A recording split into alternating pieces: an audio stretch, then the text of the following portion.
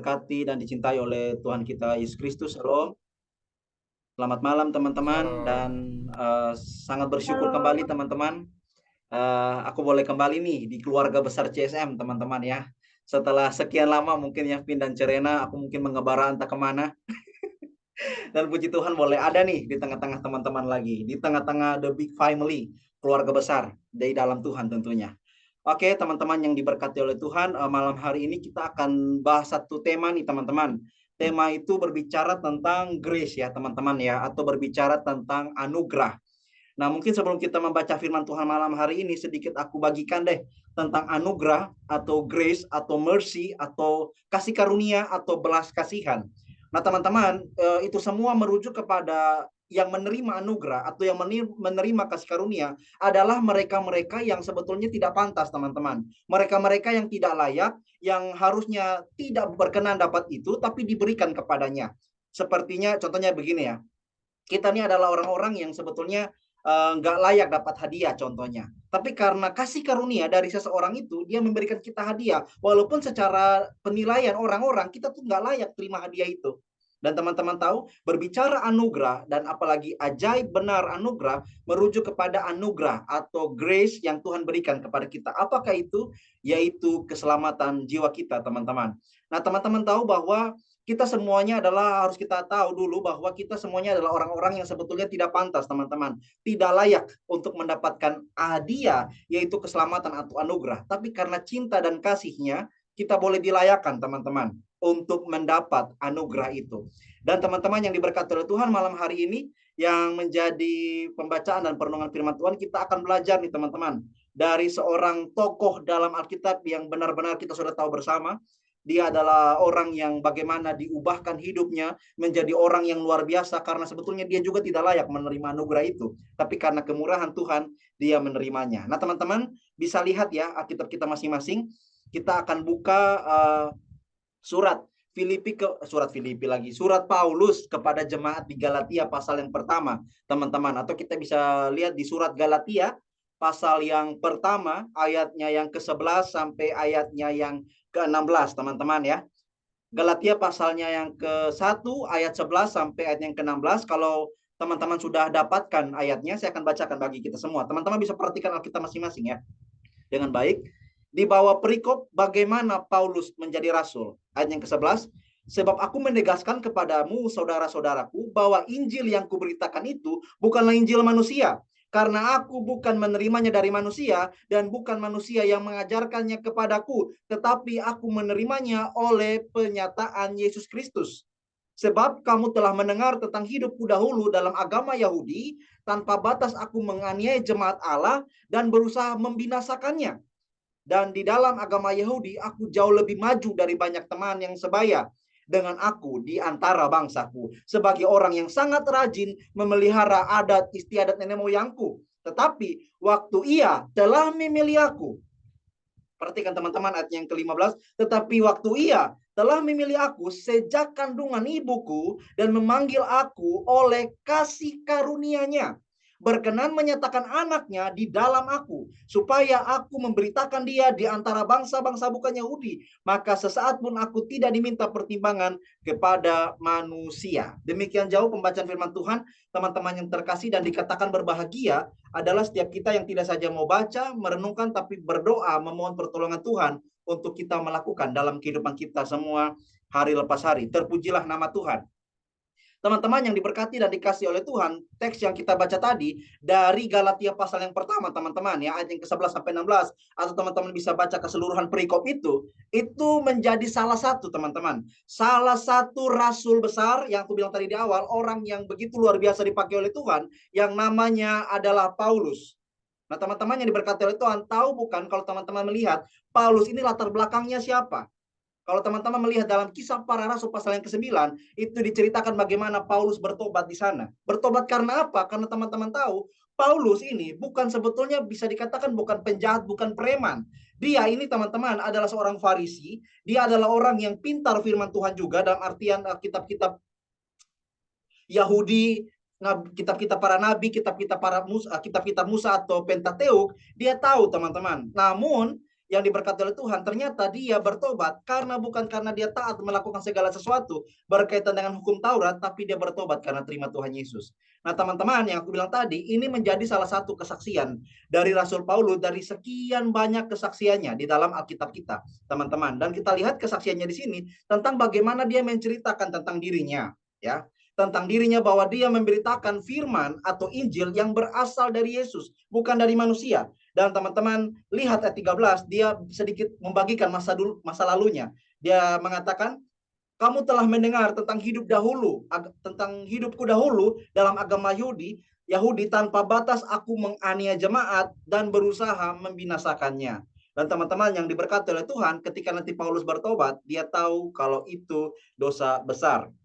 Nah, teman-teman yang diberkati oleh Tuhan, ya, kenapa dikatakan bahwa Paulus ini dia dulunya adalah orang agama Yahudi dan membinasakan atau menganiaya jemaat Allah? Mungkin sedikit keterangan bagi teman-teman yang diberkati oleh Tuhan.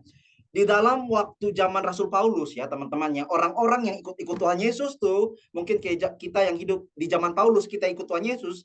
Nah, kita tuh dianggap penyesat, teman-teman. Kita tuh dianggap sekte, dianggap bidat karena menyembah manusia yang dijadikan Tuhan. Padahal kita tidak pernah menjadikan Yesus sebagai Tuhan. Amin. Kita tidak pernah menjadikan manusia sebagai Tuhan. Justru Yesus yang adalah Allah, dia datang menjadi manusia, teman-teman. Nah, itu yang disalahartikan waktu itu. Dan ada anggapan bahwa kalau orang-orang yang menganiaya jemaat Allah atau pengikut Kristus, mereka menyangka berbuat bakti kepada Allah. Jadi orang-orang yang menganiaya umat Kristen waktu itu tuh, mereka menyangka kalau mereka itu sementara berbuat bakti kepada Allah. Dan ini juga sudah dinubuatkan oleh Tuhan Yesus, dan teman-teman nanti baca saja ayatnya di dalam Yohanes atau Injil Yohanes pasal 16 ayatnya yang kedua. Nah, teman-teman yang seperti aku bilang tadi berkaitan dengan anugerah, Paulus kita lihat di sini ya, teman-teman yang diberkati oleh Tuhan, ayat yang ke-15. Tetapi waktu ia, Yesus atau Allah ya, yang telah memilih aku sejak kandungan ibuku. Waktu ia di sini merujuk kepada Allah, teman-teman. Sorry ya.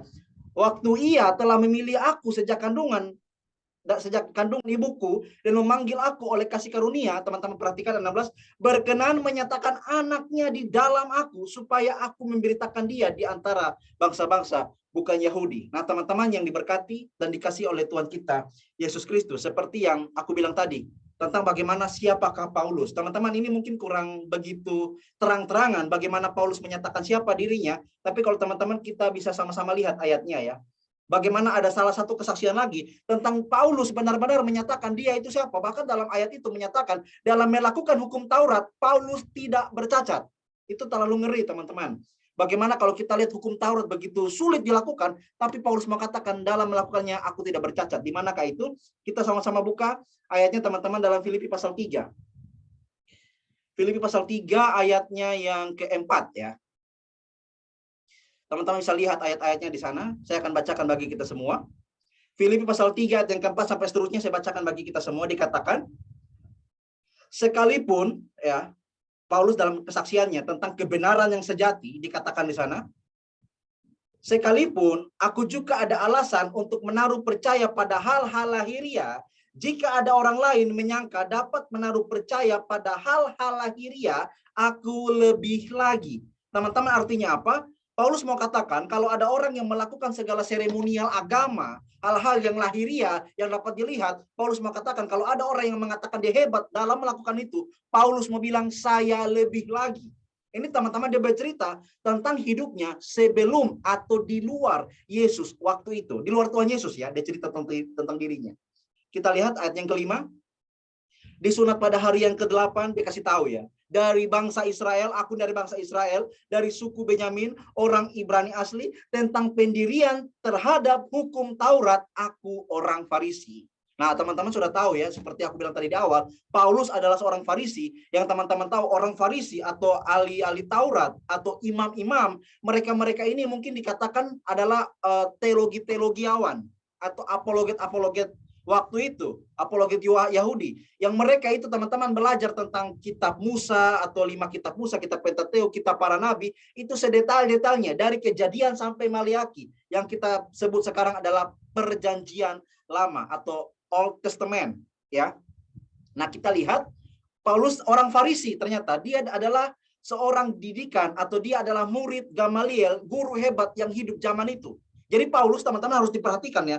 Dia bukan orang bodoh, teman-teman, bukan orang yang tidak tahu apa-apa. Dia pintar nih, dia hebat. Tetapi kita lihat di sini ayat yang ke-6 tentang kegiatan aku penganiaya jemaat. Ya tadi sudah disinggung di Galatia pasal yang pertama ya. Tentang menganiaya jemaat, di sana merujuk mereka mengira orang Kristen adalah penyesat atau bidat atau sekte yang harus dibasmi. Nanti ketika Paulus bertobat dia tahu itu dosa besar, teman-teman ya. Dan kita lihat ayatnya yang ke-6 lagi, dan tentang kebenaran dalam mentaati hukum Taurat aku tidak bercacat, teman-teman. Teman-teman tahu ya, Taurat itu bukan hanya di Keluaran 20, teman-teman, tentang 10 hukum Musa, jangan mencuri, jangan berzina. No, bukan hanya itu doang. Tetapi berbicara Taurat itu ada hukum seremonial, ada hukum sipil, ada hukum moral. Terlalu banyak hukum, teman-teman. Terlalu banyak nih hukum Taurat. Tetapi teman-teman tahu, Paulus bilang tentang kebenaran melakukan hukum Taurat, aku tidak bercacat. Jadi Paulus mau katakan dia hebat banget tuh sebelum kenal Yesus. Tetapi kita lihat ada satu pernyataan yang begitu kontras dan bahkan mungkin bertabrakan dengan pernyataan sebelumnya di ayat yang ke-7. Kita lihat teman-teman. Tetapi apa yang dahulu merupakan keuntungan bagiku, sekarang apa? Aku anggap rugi karena Kristus. Malahan segala sesuatu ku anggap rugi karena pengenalan akan Kristus Yesus Tuhanku lebih mulia dari semuanya. Oleh karena dialah aku telah melepaskan semuanya itu dan menganggapnya sampah, teman-teman. Ya. Supaya aku memperoleh Kristus. Dan yang ke-9, dan berada dalam dia, dalam Yesus, bukan dengan kebenaranku sendiri karena mentaati hukum Taurat, melainkan dengan kebenaran karena kepercayaan kepada Kristus, yaitu kebenaran yang Allah anugerahkan berdasar kepercayaan. Nah, teman-teman yang diberkati oleh Tuhan, Paulus ketika berjumpa dengan Yesus, dia sadar, dia mengerti bahwa ternyata, ya teman-teman diberkati oleh Tuhan, ketaatannya, kebaikannya tidak mampu menyelamatkan dia kalau dia tidak punya juru selamat. Ketaatan kebaikannya tidak mampu membawa dia sampai kepada Bapa kalau dia tidak punya Yesus. Makanya dia bilang bahwa kebenaran bukan karena melakukan hukum Taurat, karena kebenaran akan kepercayaan kepada Tuhan Yesus, teman-teman. Nah, ini yang aku mau bagikan kepada kita setiap orang Kristen, dan ini juga menjadi dasar orang Kristen bahwa di dalam pengajaran kita, teman-teman, yang diajarkan oleh kitab suci, pemahaman kita mempunyai satu konsep teologi bahwa kita sebagai orang yang percaya, orang Kristen itu mempunyai satu keyakinan bahwa kita selamat, teman-teman, bukan karena amal, bukan karena jasa baik kita, bukan karena tindakan kemampuan kita. Kita selamat, teman-teman, karena anugerah Tuhan semata-mata. Dan kekristenan adalah satu apa ya, teman-teman diberkati oleh Tuhan ya. Bagaimana kita melihat di dalam ajaran Kristen menjadi beda dari seluruh kepercayaan di muka bumi ini. Kenapa? Mungkin di luar Kristen, mereka menganut satu paham atau konsep teologi yang mengatakan bahwa manusia yang harus mencari Allah. Seakan-akan bahwa begini, Allah yang hilang, dan mereka berpikir bahwa mereka bisa selamat dengan amal, dengan perbuatan, dengan jasa kebaikan mereka di bawah kolong langit ini, teman-teman.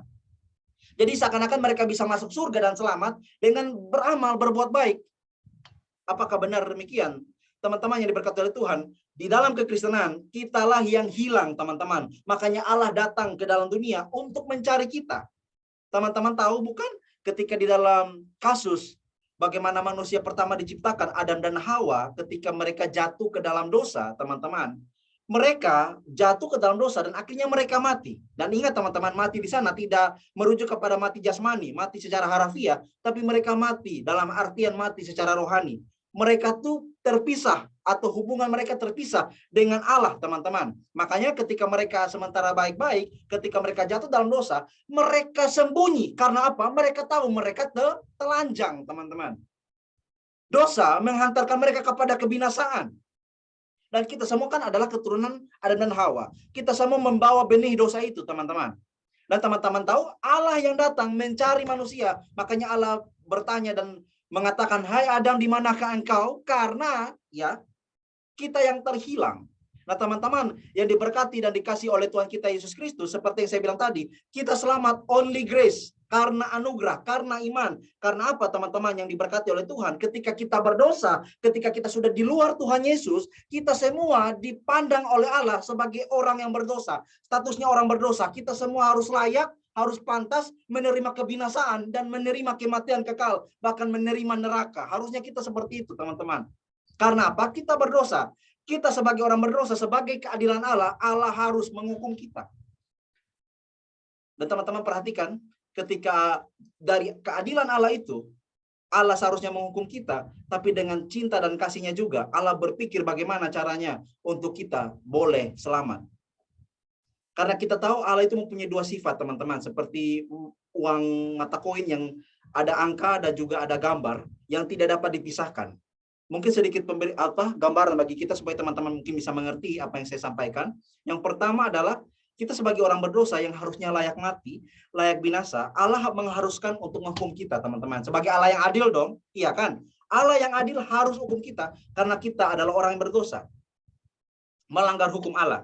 Tetapi teman-teman yang berkati oleh Tuhan, kalau Allah sampai hukum kita, kalau Allah sampai hukum teman-teman di CSM nih contohnya, ya, maka Allah Allah tidak mengasihi dong. Tapi kalau Allah tidak menghukum, Allah tidak adil, teman-teman, iya kan? Jadi bagaimana keadilan Allah dan kasih Allah dapat menyatu? Aku kasih perumpamaan nih teman-teman soal HP ya. Contohnya HP ini berdosa ya. Aku ini Tuhan contoh. HP ini berdosa, contohnya terhadap aku harus hukum dia sebagai bentuk keadilan aku terhadap dia yang berdosa.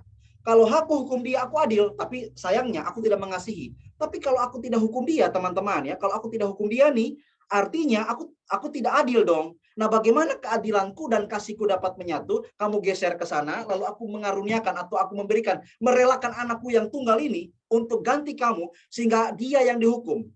Jadi teman-teman diberkati oleh Tuhan, bayangkan Yesus Tuhan kita yang adalah Allah diutus bagi kita atau diberikan kepada kita, dialah yang menggantikan kita di atas kayu salib, teman-teman. Artinya ketika dia sudah menggantikan kita, keadilannya dan kasihnya dapat tercapai.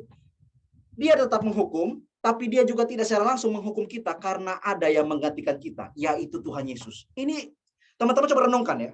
Renungkan baik-baik. Tuhan mana di seluruh kepercayaan yang mau datang kepada kita, bahkan merelakan dirinya untuk menggantikan kita, supaya kita tidak binasa, teman-teman. Bahkan teman-teman tahu Allah yang Maha Kudus Suci itu dengan tata tingginya, dia rela menjadi rendah dan sama seperti manusia, supaya dia dapat menggantikan kita dan kita tidak binasa, teman-teman. Kita harus renungkan itu betapa baiknya Tuhan. Teman-teman jangan ukur kebaikan Tuhan dengan Tuhan gak berkati karena gak ada uang nih, Tuhan gak berkati karena mungkin gak ada berkat dan lain sebagainya. No, berkat itu tidak hanya diukur dengan segala hal yang jasmani, yang harafiah, karena teman-teman tahu itu semua ada limitnya, ada batasnya. Seluruh yang kita punya, teman-teman, pasti akan habis. Tapi teman-teman pernah renungkan bagaimana ketika teman-teman nanti mati di dunia ini, teman-teman mau kemana?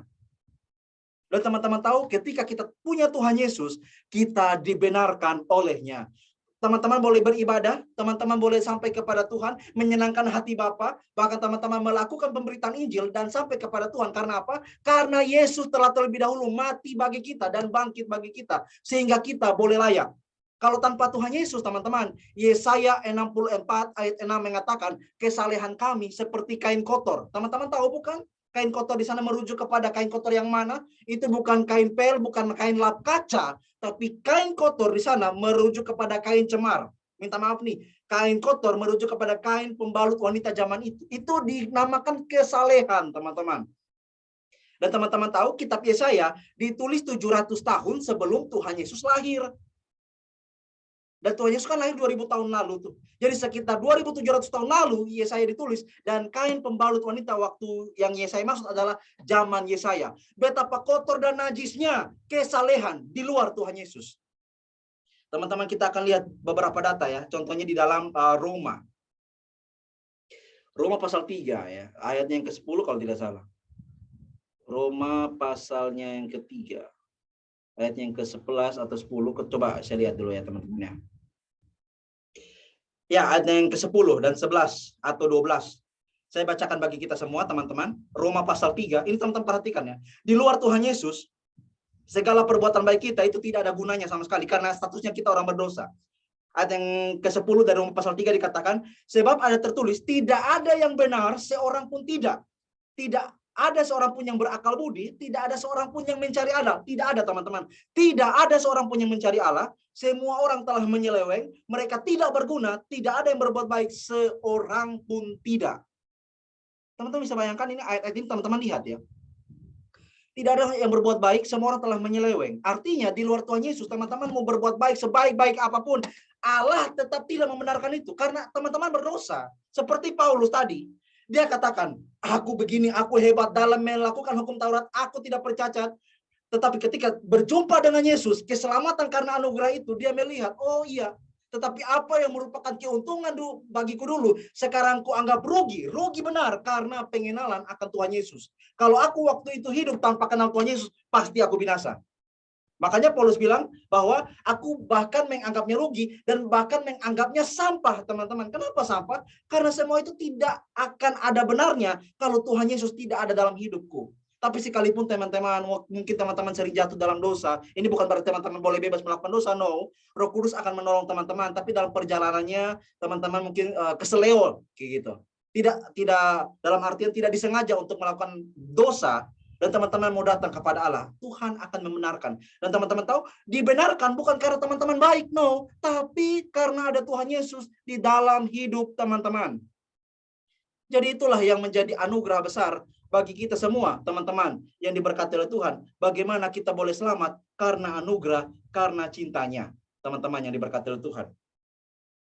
Dan kita boleh merenungkan sekarang, apakah kita di dalam kehidupan kita sebagai orang Kristen, kita sudah sungguh-sungguh dan benar-benar menerima Tuhan Yesus sebagai Tuhan Allah dan Juru Selamat dalam hidup kita, teman-teman yang diberkati oleh Tuhan. Ketika kita mau menjadikan Tuhan Yesus sebagai Allah dan Juru Selamat dalam hidup kita, kita harusnya mau menjadikan Dia yang utama. Seperti Paulus juga bilang dalam Galatia pasal 2, kalau tidak salah yang ke-20 atau 21-22, dia katakan bahwa hidupku ini bukannya aku lagi, melainkan Kristus yang hidup di dalam aku, teman-teman.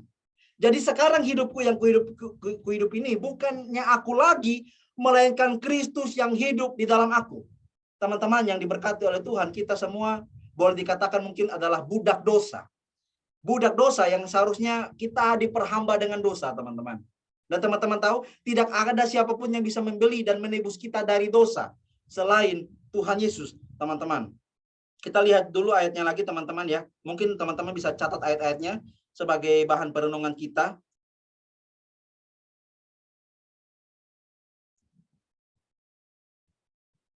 Di dalam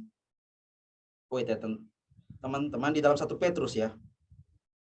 Kita lihat ayatnya.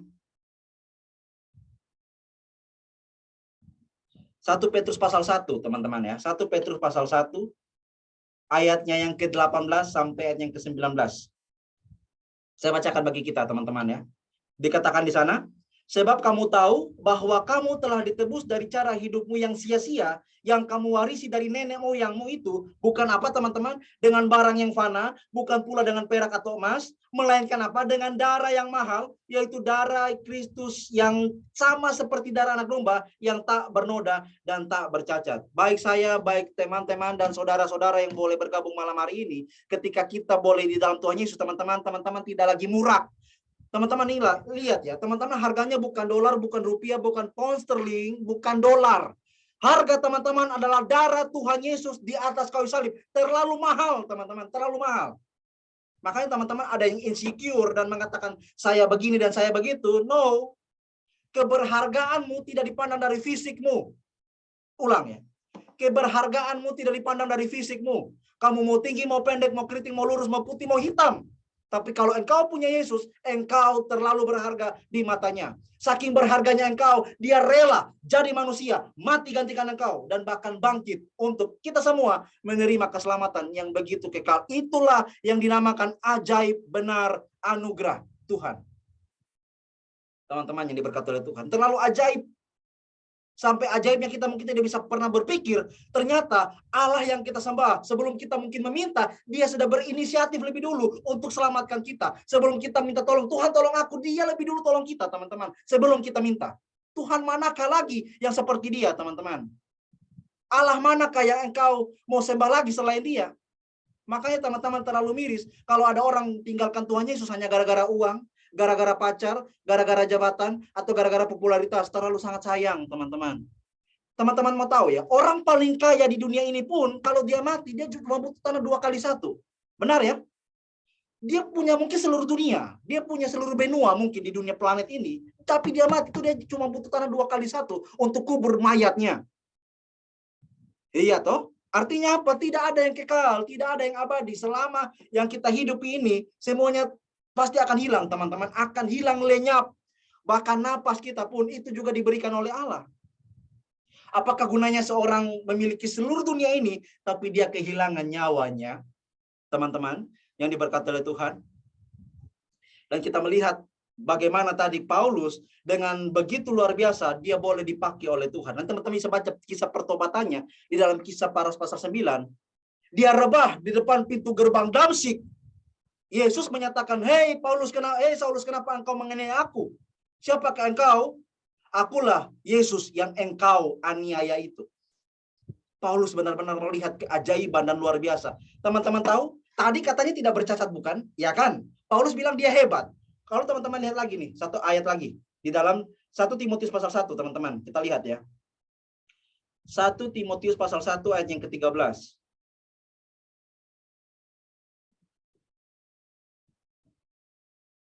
Teman-teman bisa lihat ayatnya ya. 1 Timotius pasal 1 ayat 13 sampai seterusnya. Saya akan bacakan bagi kita semua, bisa perhatikan Alkitab kita masing-masing. Dikatakan, "Aku, Paulus katanya, aku yang tadinya seorang penghujat, seorang penganiaya, dan seorang yang ganas." Dia kasih tahu dirinya dulu ya. Dia kasih tahu dirinya dulu itu siapa. "Tetapi aku telah dikasihaninya." Itulah dikatakan dengan mercy, belas kasihan. Teman-teman diberkati oleh Tuhan. "Karena semuanya itu telah kulakukan tanpa pengetahuan." Di luar iman dulu tuh beta mungkin dikatakan pintar secara akademik, pintar secara duniawi, tapi saya bodoh betul-betul di dalam iman. Di luar pengetahuan akan kebenaran yang sejati. Dan kita lihat teman-teman diberkati oleh Tuhan, ayat 14, "Malah kasih karunia Tuhan kita telah dianugerahkan atau dikaruniakan dengan limpahnya kepadaku dengan apa? Dengan iman dan kasih dalam Kristus Yesus." Dan ayat 15 menjadi satu pernyataan yang begitu kontroversial, menjadi satu pernyataan yang bertolak belakang dengan Filipi pasal 3 ayat yang ke-4, 5 dan 6 tadi. Kita lihat. Perkataan ini ayat yang 15 dari 1 Timotius 1, "Perkataan ini benar dan patut diterima sepenuhnya.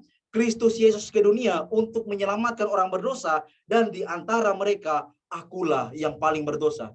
Agak aneh bukan? Aneh ya?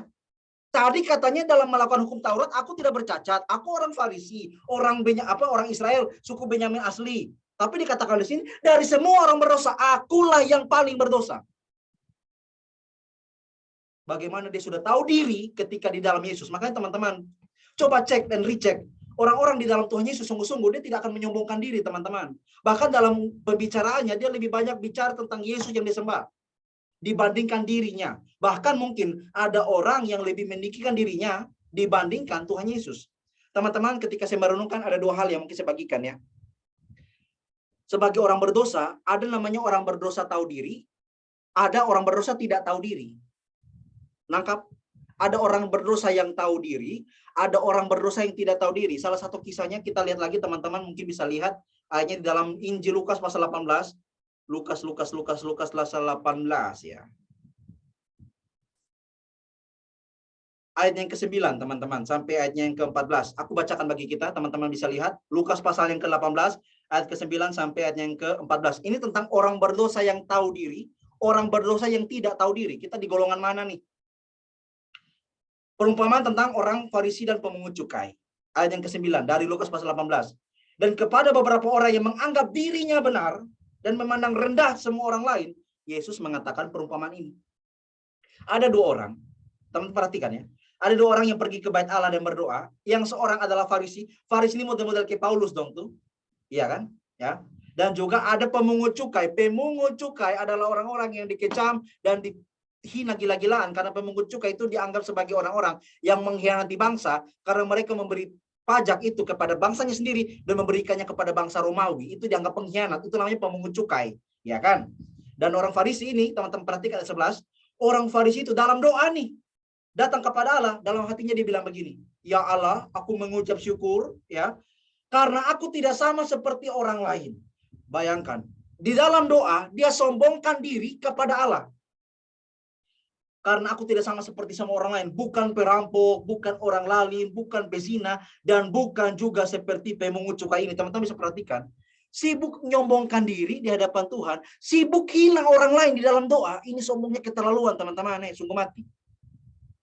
Bagaimana dia tahu dia orang berdosa, tapi dalam doanya dia merasa dirinya benar, dia adalah orang yang paling dekat sudah dengan surga, bahkan dia menghina orang lain, tidak seperti pemungut cukai ini. Dia bahkan melebih-lebihkan dalam doanya, memberikan kelebihannya. Aku berpuasa 2 kali seminggu, aku memberikan 1/10 dari segala penghasilanku. Tapi teman-teman perhatikan, orang berdosa yang tahu diri, yang pemungut cukai ini, ayat yang ke-15. Tetapi pemungut cukai itu berdiri jauh-jauh, bahkan tidak berani menengadah ke langit, melainkan memukul diri dan berkata, ya Allah, kasihanilah aku orang berdosa ini. Aku berkata kepadamu, orang ini pulang sebagai orang yang dibenarkan Allah, dan orang lain itu tidak, sebab barang siapa meninggikan diri, ia akan direndahkan, dan barang siapa merendahkan diri, ia akan ditinggikan.